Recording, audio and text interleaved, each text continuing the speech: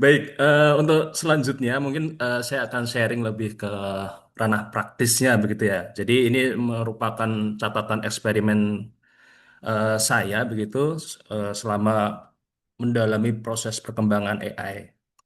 Nah, judul yang saya bawa adalah kolaborasi manusia dan AI dalam proses perancangan arsitektur. Hmm, tadi sudah disebutkan begitu ya bahwa eh, kami itu sebenarnya sekumpulan dosen di Sugio Pranoto yang melakukan penelitian terkait AI. Jadi tidak hanya dosen arsitektur, tapi ada juga DKV dan juga ilmu komputer begitu. Oleh karena itu topik yang kami ambil lebih sifatnya umum, tidak yang arsitektural gitu. Tadi ya sudah disebutkan terkait penelitian batik menggunakan AI, lalu karakter Majapahit gitu ya. Dan ini lagi berjalan di tahun ini itu dari Indonesiana dan BRIN satu akan membuat satu game gitu ya dengan setting era Majapahit dan juga visualisasi relief Lalita Vistara di Candi Borobudur gitu menggunakan AI juga gitu. Dan semua itu kami coba visualkan dan kami coba apa ya eh, publikasikan tapi di sosmed gitu ya. Dan sosmednya adalah Hai Nusantara begitu. Bapak Ibu mungkin bisa cek nanti di TikTok atau Instagram gitu. Nah, ini kali ini promo akun saya nyari followers. Lalu selanjutnya saya akan coba untuk kilas balik gitu. Ketertarikan saya dengan generatif design itu dimulai dengan satu penelitian bersama Pak Kusmar tadi gitu ya. Waktu itu juga sepertinya diundang di IPLBI juga, kalau tidak salah waktu COVID gitu, 2020 ya.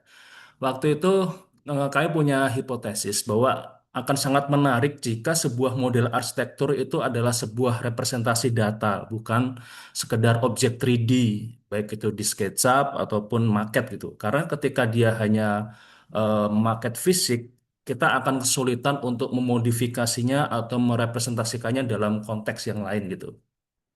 Sehingga waktu itu kami coba membuat representasi data itu dalam format parametric design ya dengan Grasshopper gitu. Di sini kami ingin menunjukkan bahwa ketika model arsitektur itu berupa data, kita dengan sangat mudah memodifikasinya, entah itu tinggi lantai, bentuk bangunan, terus juga bagaimana dia merespon konteks gitu, hanya hitungan menit gitu. Dan ketertarikan kami itu berujung pada teknologi yang sekarang marak gitu ya kita lihat dan jumpai yaitu teknologi kecerdasan buatan gitu. Nah, saya akan coba merangkum terkait teknologi ini dalam visualisasi diagram ini gitu. Di 2022 tadi sudah disinggung bahwa ini adalah era di mana visual AI itu sangat memukau gitu. Saya melihat banyak bermunculan eksplorasi-eksplorasi bentuk yang menarik gitu ya. Seperti tadi diperlihatkan oleh Mas Andika, eh, bentuk yang terinspirasi ombak gitu, lalu sesuatu yang sifatnya eh, apa ya, terinspirasi dari alam gitu ya, atau organik gitu, di mana waktu itu untuk membuat visualisasi itu sangatlah sulit gitu. Kita harus membuat modelingnya menggunakan rhinoceros, grasshopper gitu ya. Sekarang hanya dengan text to image visualisasi itu bisa muncul. Maka ada semacam anggapan, wah ini sepertinya akan menjadi proses eksplorasi yang menarik gitu. Dan tidak hanya berhenti dalam proses eksplorasi, di 2023 AI mulai merambah untuk proses rendering. Ada beberapa aplikasi yang sudah terintegrasi di platform 3D seperti SketchUp gitu ya. Dia eh, model lalu di-rendering dengan cepat gitu. Yang biasanya kita harus men-setting V-Ray, terus men-setting Inkscape dengan sangat rumit itu, dengan teks 3D tadi langsung tervisualisasi dengan bagus. Di sini yang mulai terdisrupsi adalah para 3D artist dan para visual render begitu. Lalu di 2024 AI bukan hanya sekedar mengenerate tapi dia juga mampu mengedit beberapa part dari sebuah bangunan gitu ya. Dia memahami konteks dari objek tersebut gitu dan kita bisa minta edit secara spesifik terhadap objek tersebut gitu. Dan di 2025 AI sudah di level multimodal yaitu AI bisa memahami berbagai jenis file yang dulu biasanya ketika kita ingin membuat gambar maka padanannya adalah file gambar begitu. Kalau musik padanannya adalah file musik. Tapi sekarang tidak gitu. Kita bisa menginput berbagai file dari gambar, video, teks gitu ya dalam satu eh, chat gitu ya, lalu kita minta dia untuk analisis dan membuat satu kesimpulan dari keseluruhan file tersebut gitu. Nah, ketika AI sudah bisa di level multimodal, dia juga memiliki kemampuan analytical dan juga memiliki logika yang cukup baik gitu ya, bahkan di level logika spasial gitu. Nanti akan kita tunjukkan eh, bagaimana dia merespon secara spasial. Dan di 2026 ini AI sudah di level agentic gitu ya. Kalau yang tadi AI mungkin bersifat tooling gitu dan juga semi automation, sekarang AI benar-benar automation. Ini yang mulai diduga AI bisa menggantikan pekerjaan orang gitu. Ketika orang tersebut eh, secara aktif mentrain agent ini, dia akan bisa meniru orang tersebut dalam mengeksekusi sebuah pekerjaan. Kira-kira itu adalah level agentic, gambaran seperti itu. Dan kalau saya coba rangkum gitu ya, maka kira-kira mudahnya akan seperti ini. 2022 AI itu di level menciptakan sesuatu, 2023 dia menciptakan sesuatu dan mempercepat proses pekerjaan gitu ya. 2024 itu dia bisa mengedit, 2025 dia mengerti apa yang dikasih ke dia pekerjaannya, bahkan dia bisa mengerti beberapa file gitu ya dan melihat konteksnya begitu. Dan 2026 dia bisa melogikakan semua perintah itu gitu. Jadi memang seperti sebuah staf di kantor kita. Seorang staf itu ketika dikasih pekerjaan bosnya, dia akan mencoba memahami kenapa ya saya dikasih pekerjaan ini dan mencoba mencari alternatif-alternatif penyelesaian yang lebih baik gitu. Jadi kalau 2025 itu sifatnya mungkin kayak eksekusinya diminta A, maka dia akan menurut membuat A gitu. Tapi ketika 2026 dia akan mencoba membuat bahkan solusi-solusi yang lebih efektif ketimbang perintah dari bosnya tadi gitu. Kira-kira itu. Nah, lalu perkembangan itu akhirnya menciptakan sebuah workflow yang berbeda-beda gitu ya. Eh, saya mengutip dari sebuah paper yang diterbitkan dari Harvard Business School begitu tentang tiga model bagaimana pengetahuan manusia berkolaborasi dengan AI dalam proses pekerjaannya gitu ya. Nah, tadi disebutkan tentang tipe Centaur gitu. Kalau kita lihat visualisasinya kan atasnya itu manusia, bawahnya itu kuda gitu kalau Centaur. Nah, ini bawahnya itu AI. Jadi bisa dibilang tipe ini tuh adalah yang mikir masih manusianya, tapi kudanya itu mempercepat proses tersebut gitu. Maka disebut sebagai centaur. Lalu ada tipe cyborg yang dia prosesnya berkelindan, tidak ada part yang jelas mana manusia dan mana AI. Pokoknya kalau butuhnya AI buat AI gitu. Kalau butuhnya mungkin cepatnya manusia, manusia. Jadi tidak dibagi secara spesifik gitu. Lalu yang ketiga adalah tipe self automator. Di sini lebih mungkin lebih advance lagi atau lebih ekstrim lagi ya karena dia membangunnya sistem gitu. Dia posisinya seperti sebuah eh, direktur atau bos di sebuah studio begitu yang dia hanya memberikan perintah gitu. Misalkan besok saya akan ketemu klien gitu ya dan tolong siapkan materi paparannya gitu. Nah, dia memerintahkan seperti itu, akan bekerja untuk membuat semua yang dibutuhkan mungkin ya dari eh, materi presentasi, 3D, RAB dan lain-lain gitu. Dan bos taunya ngecek hasilnya gitu. Oh ini kira-kira benar atau tidak gitu. Kalau nggak benar, kembalikan lagi untuk direvisi. Kalau udah benar, ya udah tinggal berangkat ketemu klien. Kira-kira itu tipe self automator. Nah, sekarang kita bahas satu persatu. Tipe Centaur itu mengapa seperti menjadi apa ya semangat gitu untuk pendidikan arsitektur mungkin lebih tepatnya karena ini membagi jelas gitu antara peran manusia dan AI gitu. Soalnya kalau tidak eh, akan jadi rancu gitu kita membedakan antara itu kreasi manusia atau kreasi mesinnya gitu. Nah, di sini karena kepalanya itu masih manusia, maka dialah yang memiliki visi dan konsep gitu ya. AI sifatnya tooling atau mempercepat proses pekerjaan tersebut gitu. Maka hubungannya itu seperti manusia dan asisten yang super cepat untuk menyiapkan bahan-bahannya. Tapi untuk proses ideasi, proses abstraksi dan juga terakhirnya itu adalah kurasi, semua diserahkan ke manusianya. Contoh paling sederhana yaitu rendering. pasti sebagian besar dari Bapak Ibu sudah melakukan ini gitu. Nah, hanya saja saya juga perlu memberi catatan bahwa proses rendering ini juga ada perubahan setelah adanya update dari beberapa model AI. Dulu ketika ingin render gitu ya, maka butuh prompt yang sangat panjang dan detail gitu. Jadi prompt itu seperti sebuah settingan di V-Ray atau di Enscape gitu ya, tapi dinarasikan dalam bentuk teks kira-kira itu. Jadi kacanya, glossiness-nya seperti apa, kayunya, teksturnya harus muncul itu sangat detail gitu ya. Sehingga metodenya waktu itu ketika ada gambar diminta ke ChatGPT untuk menciptakan prompt-nya, lalu kita cek prompt-nya apakah sudah benar atau sesuai keinginan kita, baru kita gunakan prompt itu untuk render gitu. Nah, di sini waktu itu kami gunakan pendekatan ini di proyek mahasiswa. Jadi mereka boleh menggunakan AI gitu ya untuk render, tapi di-declare bahwa itu dibantu AI dan juga diminta untuk menuliskan prompt-nya. Karena menurut kami prompt itu justru part untuk menunjukkan apakah ada ideasi atau proses berpikir yang kritis dari mahasiswa tersebut ketika menulisnya gitu. Dan yang ditanya adalah promptnya, kenapa kamu menuliskannya seperti ini gitu? Apakah ada sebuah konsep yang tertuang dalam prompt tersebut gitu? Jadi balik lagi kita melihatnya dari teks yang tertampil dalam prompt tersebut. Tapi itu menjadi berubah ketika AI makin pintar tadi ya, karena dia mampu eh, reasoning gitu. Jadi promptnya jauh lebih mudah dengan kalimat seperti yang tertampil di layar Bapak Ibu. Yaitu kalimatnya seperti ini, render bangunan di gambar pertama dengan kualitas dan style gambar kedua gitu.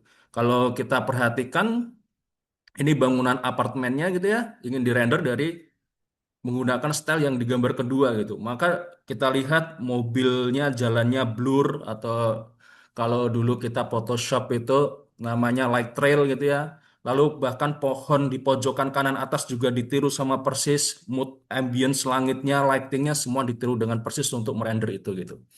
Nah, artinya proses prompting yang tadi harusnya kita harapkan detail itu terjadi di balik layar atau back end AI itu. Kita nggak tahu, pokoknya terima mentahan gitu, kayak joki render gitu ya. Kalau tadi kita mencoba untuk menyeting rendernya sendiri, kalau ini benar-benar joki render itu. Dan jokinya AI itu. Pokoknya render kayak gini gitu. Nah, jadilah visual ini. Lalu selanjutnya. Nah, kalau tadi sifatnya visual, saya malah justru ingin mendorong bahwa di era AI ini fokusnya itu adalah di data gitu, kayak semangat tadi. Akankah lebih baik ketika arsitektur itu dilihat sebagai sebuah representasi data gitu. Jadi alih-alih hanya sekadar mengedit visual gitu, saya membayangkan kita mengekstrak sekalian data terkait dampak perubahan fasad gitu. Misalkan ini dalam kasus ini ya. Jadi ada satu bangunan, saya ambil dari Pinterest, lalu saya minta modifikasi fasadnya, tapi saya juga minta U value-nya. Awalnya saya mau minta sekalian hitungin OTTV-nya gitu, tapi ternyata AI belum bisa di level matrix gitu ya, perbandingan window to wall rasionya itu masih belum presisi gitu, jadi belum bisa. Jadi oh enggak, paling enggak ini yang tahap ini kita minta U value-nya. U value itu adalah kemampuan material untuk mentransfer panas begitu ya. Jadi kalau semakin rendah itu maka akan semakin bagus gitu. Kira-kira seperti itu.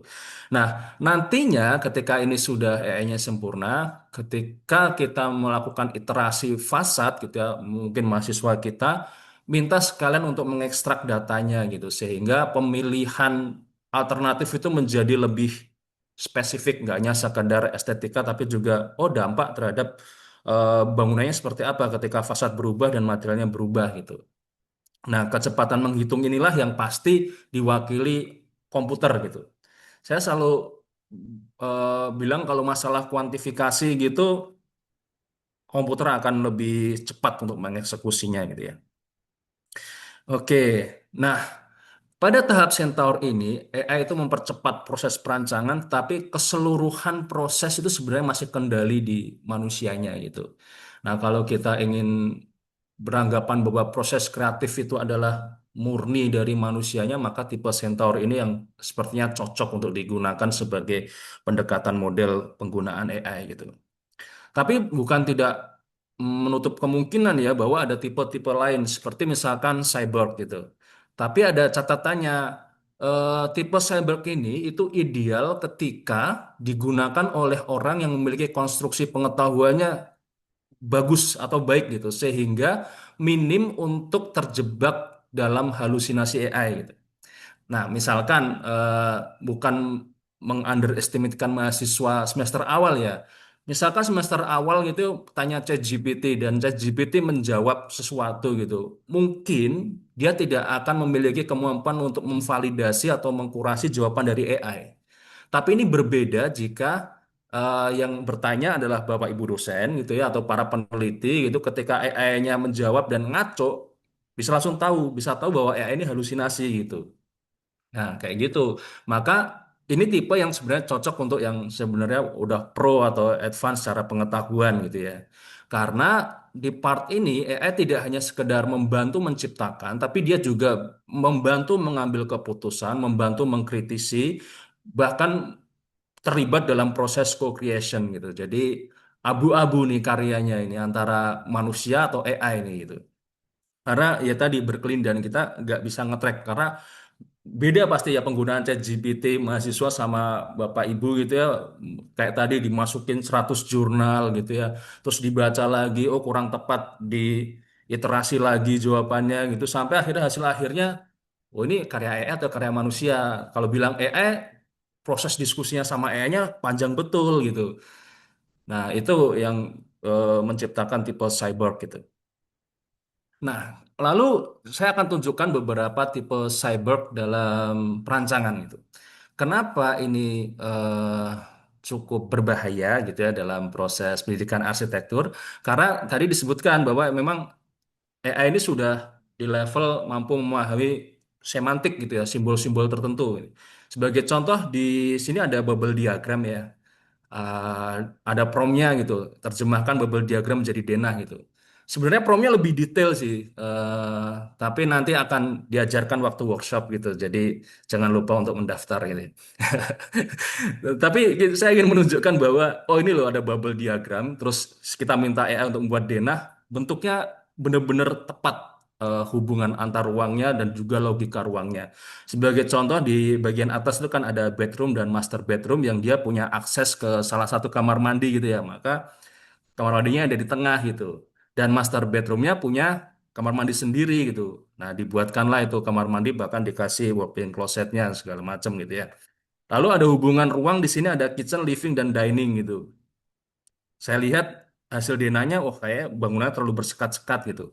Waktu itu saya minta si AI untuk koreksi bubble diagram itu agar lebih efisien. Dan betul dikoreksi itu. Bahkan koreksinya coretannya kayak coretan manusia gitu ya. Itu coretan pensil warna itu karya AI gitu. Jadi kayak diasistensiin gitu kan.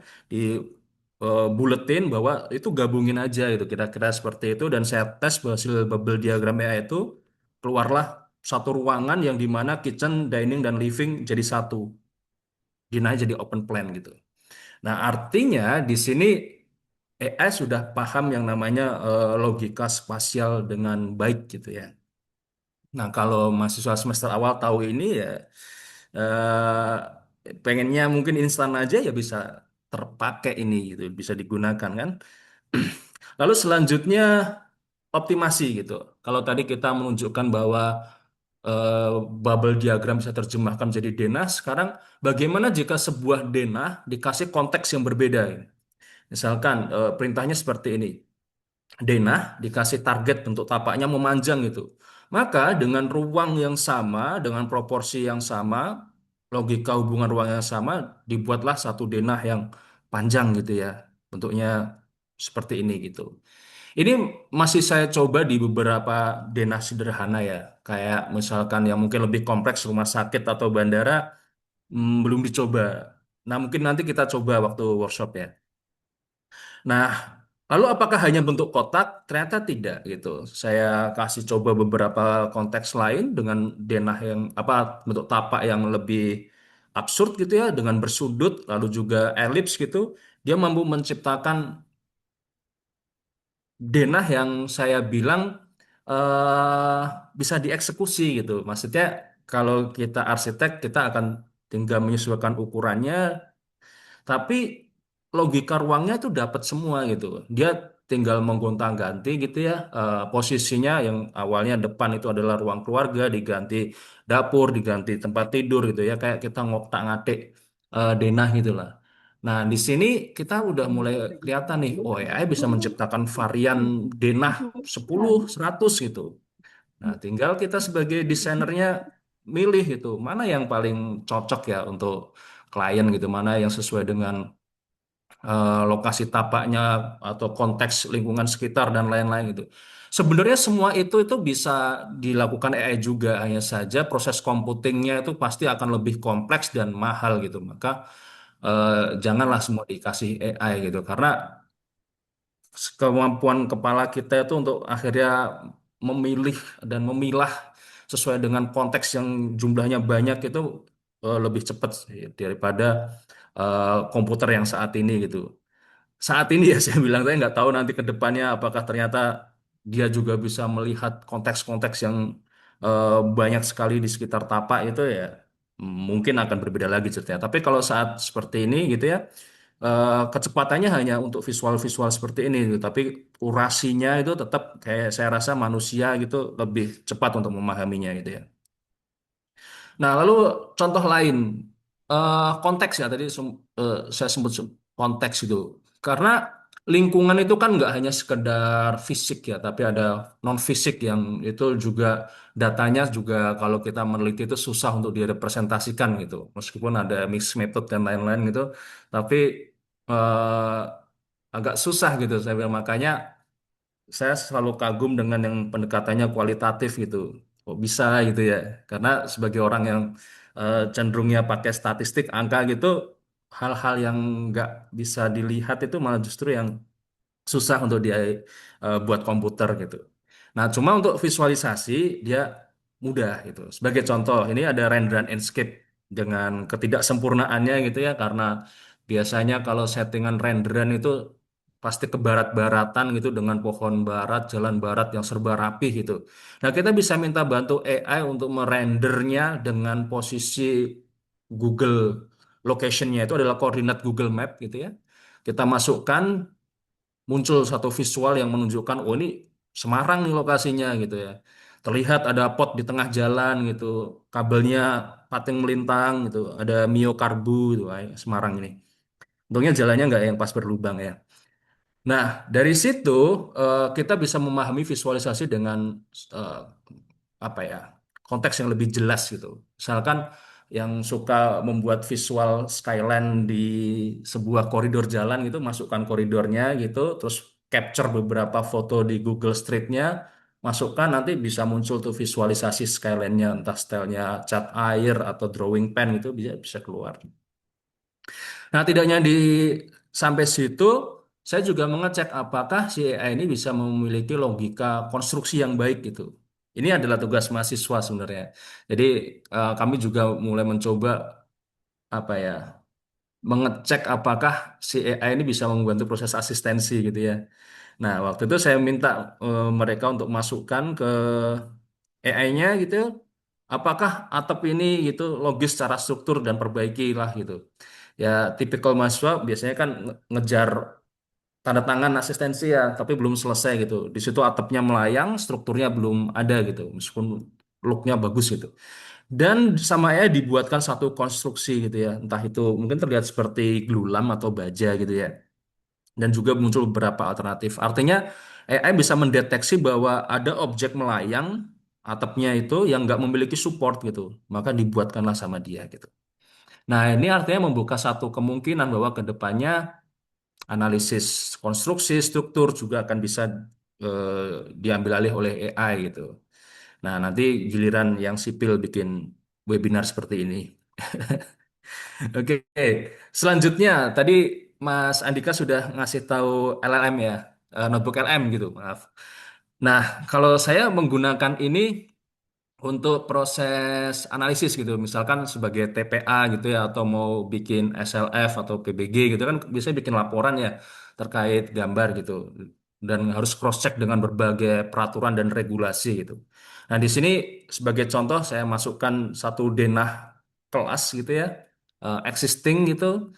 Lalu dimasukkan juga peraturan kemudahan bangunan dan juga petunjuk teknis bangunan sekolah dan madrasah gitu.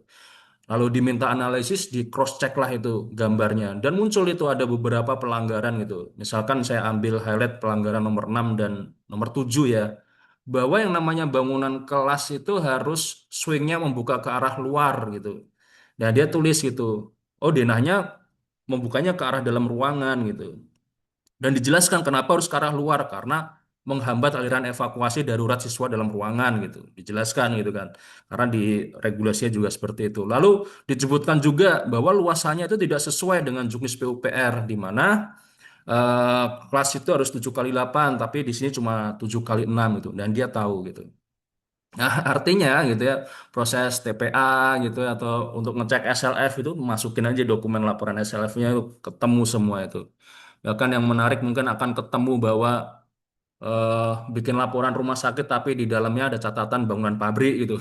Berarti copy paste itu tapi nggak jeli copy paste-nya gitu. Nah, artinya ini ke depan untuk membuat laporan, analisis itu akan lebih presisi, terutama yang kajian-kajian gitu ya. Dan ini outputnya bisa macam-macam ya Bapak Ibu. Jadi bisa berupa slide presentasi, bahkan bisa bikin presentasinya, juga bikin mind mapping gitu, dan juga ada audio dan video. Ini sering saya gunakan untuk belajar. Misalkan kita ada eh, 5 buku atau ada kok kebanyakan 5 buku, satu buku PDF gitu. Saya ingin mensummary, lalu bisa diklik ringkasan audionya, dan di audio itu kayak ada podcast 2 orang yang ngomong gitu. Jadi didengerin sambil bengong itu enak itu. Kayak dengerin orang lagi ngomongin podcast tapi topiknya terkait buku itu yang kita punya itu. Jadi proses belajar lebih menarik nanti. Oke. Nah, pada tahap ini Cyborg itu tidak hanya sekedar menggambar menggunakan AI, tapi berpikir bersama AI karena tadi dia memiliki kemampuan analytical yang sangat baik gitu ya. Oke, selanjutnya adalah self automator. Ini tipe yang bekerja secara otomatis gitu ya. Jadi bisa dibilang banyak proses berlangsung tanpa intervensi manusia justru karena manusianya yang membuat sistemnya dan tahu-tahu keluar outputnya untuk dicek gitu aja.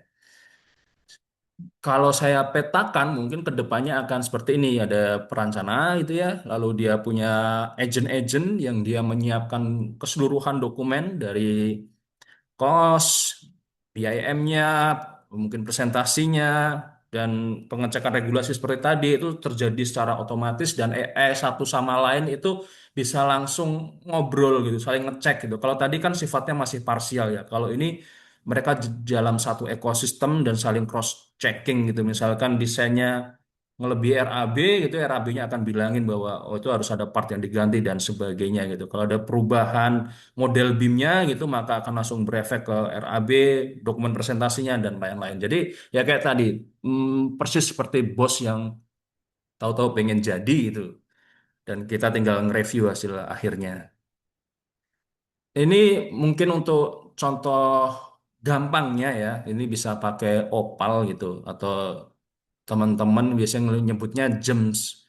Jadi memetakan pipeline atau pekerjaan tapi seperti urutan gitu. Misalkan tadi yang proses bubble diagram diupload, terus bubble diagramnya akan dijadikan denah, denahnya akan dijadikan 3D, 3D-nya akan dijadikan eksterior gitu. Maka dengan satu input kita bisa bikin langsung 3 output gitu. Ini contoh sederhananya. Untuk kompleksitasnya ya nanti tergantung pekerjaan Bapak Ibu semua kan. Tuh. Nah, ini contoh lain yang agentic. Saya belum menemukan yang kasus untuk pekerjaan arsitektur ya, tapi ini sebenarnya dibuat untuk bikin film. Namanya Dremina Octo. Tapi saya coba ngasihnya denah. Karena kan kita tahu ya industri film itu ya butuh yang namanya setting ruang ya. Dengan logika seperti itu, kayaknya ini bisa deh digunakan untuk arsitektur gitu. Dan waktu saya masukkan denah, lalu saya minta membuat satu skenario eksteriornya, interiornya, dibuatlah sama dia seperti ini gitu. Jadi perintahnya hanya denah. Lalu outputnya adalah satu bangunan yang saya lihat secara arsitekturalnya itu logis, sesuai dengan denah itu gitu ya, dan ruang-ruang yang tercipta dari denah tersebut gitu. Artinya saya membayangkan ini kalau udah sempurna gitu ya, saya baru punya denah, ntar sore udah mau meeting ketemu klien, kelupaan mungkin jadwalnya kelewat gitu ya. Ya udah masukin itu, kita punya bahan untuk pitching atau presentasi gitu ya. Nah, ini kalau tadi ketemu mahasiswa ini udah jadi joki nih. Jadi kalau sebelumnya joki itu manusia, ini jokinya AI gitu. Mahasiswa baru punya denah itu udah pengumpulan, butuh ngumpulin 3D, animasi gitu, langsung bisa jadi gitu kan. Oke, nah pada tahap self automator ini arsitek tidak lagi mendesain setiap output, artinya dia tidak terlibat di part-partnya, tapi dia membuat sistem yang menghasilkan output tersebut gitu. Seperti ini kayak cocok untuk proyek-proyek yang kejar deadline dan administratif ya, seperti bangunan pemerintahan gitu ya, atau pabrik gitu. Bukan yang membutuhkan satu pendekatan spesifik terkait person-personnya gitu. Kayak tipe ini cocok gitu. Atau mungkin developer perumahan itu mungkin cocok dengan tipe ini. Terus tantangannya apa sih Bapak Ibu gitu? Tantangannya adalah satu, ini terkait dataset lokal gitu. Jadi AI itu memang bagus, tapi karena dia didevelop kebanyakan oleh developer dari Tiongkok atau dari Eropa, maka dia lemah ketika berbicara konteks lokal ya. Kecuali Gemini. Gemini itu karena punya Google dan data-datanya banyak gitu ya terkait keindonesiaan. Kita bisa tanya beberapa arsitektur tradisional di Gemini untuk bikin visualnya. Walaupun secara spesifik, kalau kita udah ngomongin suku itu kan juga udah ribuan ya, dia akan kesulitan gitu. Tapi kayak yang mayor gitu, kayak Tongkonan, Joglo gitu, Gemini tahu gitu. Tapi beberapa model saya coba, Tongkonan itu susah dia membayangkan Tongkonan itu seperti apa ya gitu. Maka yang perlu kita lakukan adalah menyusun datasetnya. Jadi Bapak Ibu peneliti gitu punya datanya terkait foto-foto bangunannya gitu bisa kita upload untuk trainnya datasetnya gitu. Nah ini juga jadi salah satu materi workshop nanti gitu. Dan di sini adalah contoh eh, etik penggunaan AI. Sebenarnya harusnya gitu ya, yang kita upload itu adalah foto-foto milik kita sendiri gitu yang copyrightnya itu kita miliki. Kalau tidak, maka dia masuknya bisa ke penyalahgunaan data atau informasi gitu. Nah, tapi ini karena sifatnya hanya untuk apa ya, eh, edukasi, maka foto-foto ini diambil dari beberapa jurnal gitu dan juga dari eh, apa foto-foto yang copyrightnya itu aman untuk digunakan gitu. Nah, setelah kita latihkan gitu, maka kita coba itu si AI ketik tongkonan gitu. Oh, percobaan pertama nggak berhasil gitu, maka perlu di fine tuning lagi datanya gitu. Sampai akhirnya ketika kita ketik tongkonan secara siluet muncul gitu. Nah, ini saya batasi di siluet ya, mungkin karena untuk ngomongin spesifik spasialnya di dalamnya itu kita butuh data yang lebih lengkap lagi gitu. Jadi saya fokuskan di siluet atapnya saja. Dan ketika dia tahu apa itu tongkonan, kita bisa masukkan tuh promnya gitu. Nah, ini mungkin contoh ideal bagaimana menampilkan gambar AI dan promnya.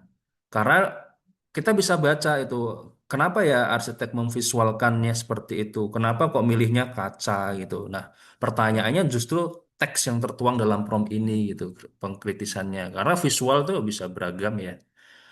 Dan contoh lain gitu. Ini biasa ya kalau untuk pekerjaan mahasiswa gitu kan, oh siluet atapnya ketangkap dulu nih, terus dimodifikasi aneh-aneh gitu. Nah, misalkan di sini, kenapa stylenya Zaha Hadid gitu? Nah, ini akan jadi pertanyaan gitu. Kenapa materialnya putih dan sebagainya gitu. Jadi prompt ini justru mengandung informasi terkait hal-hal yang konseptual tadi. Dan kalau sudah bisa, maka sebenarnya berbagai konteks bisa kita buat dengan AI tadi. Dengan siluet atapnya ya, ini sekali lagi batasannya di sana gitu. Jadi untuk konteks bandara, MRT, gereja, dan lain-lain kita bisa dapatkan visual awal yang mungkin cukup membantu dalam proses perancangan. Dan dari proses itu ada beberapa tantangan. Satu adalah halusinasi AI, itu berisiko untuk keputusan teknis. Maka tadi eh, perlu yang namanya konstruksi pengetahuan yang baik untuk bisa mengkurasi dan memvalidasi hasil dari AI gitu. Maka ada pertanyaan, apakah AI akan bisa menggantikan orangnya? Tidak gitu, karena AI itu tidak akan bisa menggantikan sekian puluh tahun pengalaman orang yang ngeprompting itu gitu. Jadi jawabannya antara seorang Gustaf gitu ya dengan seorang profesor yang ngeprompt pasti beda gitu. Dan kemampuan mengkurasinya juga pasti beda gitu. Artinya orang yang konstruksi pengetahuannya lebih baik, pengalamannya lebih baik gitu, maka dia akan memiliki kemampuan mengkurasi yang jauh lebih baik gitu. Lalu tantangannya lagi itu adalah pelanggaran hak cipta atau pencurian data informasi tadi ya. Karena kalau kita dulu plagiasi dari Pinterest, Archdaily, mungkin bisa ke tracking ya. Kalau sekarang agak susah karena gambarnya kayak seperti di Blender tuh tadi. Terus nggak tahu ini pixel mana yang dipakai gitu, ya, part mana yang dipakai, pokoknya tahu tahu jus jadi gitu. Untuk nge-tracknya susah gitu. Lalu resiko kebocoran informasi rahasia, jadi disarankan kalau datanya itu sensitif gitu ya, proyeknya sensitif menggunakan AI lokal, jangan yang publik, artinya AI yang diinstal di komputer atau laptop sendiri gitu untuk mengamankan data tersebut. Dan bagaimanapun pula pada akhirnya perencanaan tersebut yang bertanggung jawab terhadap output yang digunakan. Nggak bisa terus kalau nanti ada kegagalan terus kalian Bapak Ibu menyalahkan, oh ini hasil AI gitu, salahkan AI enggak gitu. Karena ketika produknya jadi dan dipublikasikan dan dilaporkan dan kita yang tanda tangan maka semua keputusan menjadi pemilik desainer tersebut gitu. Ada beberapa peluangnya, yaitu kembalinya era master builder yang lebih banyak di lapangan, karena proses menggambar saya rasa akan jauh lebih cepat dan lebih mudah gitu ya, sehingga pemahaman terkait lapangan, material, sambungan, dan lain-lain itu menjadi kekuatan yang lebih dibutuhkan di era AI seperti ini gitu. Lalu membantu proses desain yang lebih akurat dan presisi. Kayak tadi itu untuk kita menciptakan satu bentuk akan berdampak kepada OTTV-nya atau kenyamanan termalnya, akan berdampak pada RAB-nya, akan berdampak pada hal-hal lainnya yang dulu sifatnya kuantifikasi gitu ya, maka itu langsung terbaca semua gitu. Lalu akan terjadi efisiensi biro arsitektur dan interior gitu. Jadi ini peluang atau tantangan dia. Artinya mungkin jumlah studio akan lebih efisien gitu. Akan muncul beberapa studio-studio yang lebih kecil gitu ya dan lebih efisien gitu. Dan kurikulum diharapkan lebih banyak melatih ideasi gitu daripada cara menggambar gitu. Maka proses berpikir, menumbuhkan ide, berempati, mengkurasi itu kayaknya lebih penting gitu. Jadi kalau mau asistensi sekalian ya bawa 10 varian kita kurasi itu dengan kritis gitu, kira-kira seperti itu. Dan kalau saya coba buatkan diagram gitu ya, AI itu bisa membuat ratusan varian gitu ya, tapi tetap dibutuhkan yang namanya taste gitu, pengalaman, pemahaman konteks gitu yang lebih baik. Nah, itu tadi sebelum AI-nya itu terkreasi dibutuhkan arsitek intelijen gitu. Ya, arsiteknya, desainernya, penelitinya ya harus pinter dulu. Kalau nggak pinter ngepromnya ya asal-asalan gitu. Milih hasilnya ya asal-asalan gitu. Jadi bisa dibilang AI itu adalah cermin teknologi yang jujur. Dia akan menampilkan kembali kualitas, kedalaman, dan kepekaan arsitek atau desainer yang ada di depannya gitu. Jadi AI nggak akan menggantikan arsitek, dia memperkuat kualitas arsitek yang sudah dimilikinya. Dan untuk memperkuat lagi, datanglah workshop di Bali 3 September. Terima kasih.